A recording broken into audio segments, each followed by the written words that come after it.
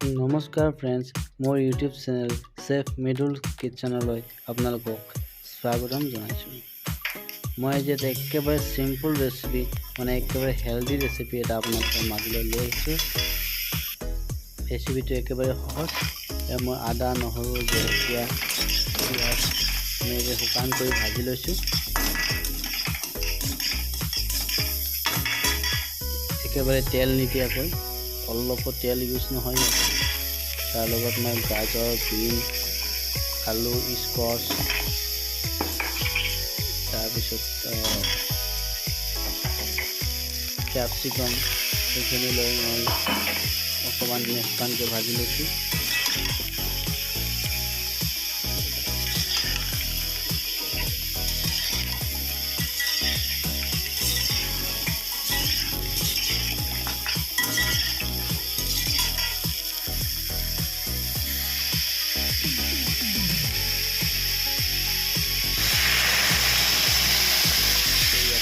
পানী অলপ এড কৰিছোঁ।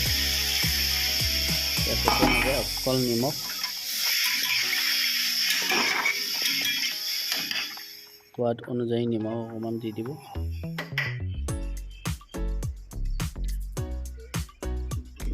আৰু আপোনালোকৰ যদি মছলা পাতি খাবলৈ মন নাযায়, যদি গেছৰ প্ৰব্লেম, পেটৰ বিষ, তেতিয়াহ'লে এনেকুৱা চব্জি বনাই খাব পাৰে। একেবাৰে সহজ, যিকোনো মানুহে বনাই খাব পাৰিব। একো শিকিব লগা নাই, একো জানিব লগা নাই। একদম চিম্পল। ঢাকনিখন লগাই থৈ দিছোঁ। 10 মিনিটমান ঢাকনিখন লগাই থৈ দিয়াৰ পিছত উতলি আছে।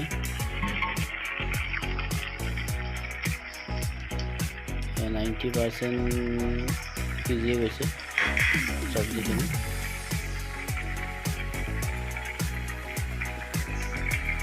লগত মই ORS খাই আছোঁ। গাটো একেবাৰে ভাল নহয়, পেটৰ বিষ হৈ আছে।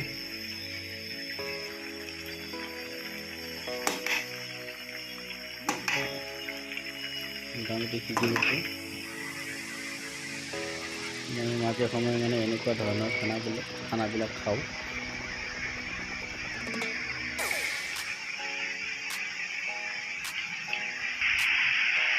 এয়া মোৰ চব্জি ৰেডি। বইল ভেজিটেবল লগত ভাত, গৰম ভাত আৰু জলকীয়া, পিঁয়াজ এতিয়া খাম। ধন্যবাদ। আজিলৈ ইমানেই আছিল। আকৌ লগ পাম। ভাল লাগিলে ছাবস্ক্ৰাইব কৰি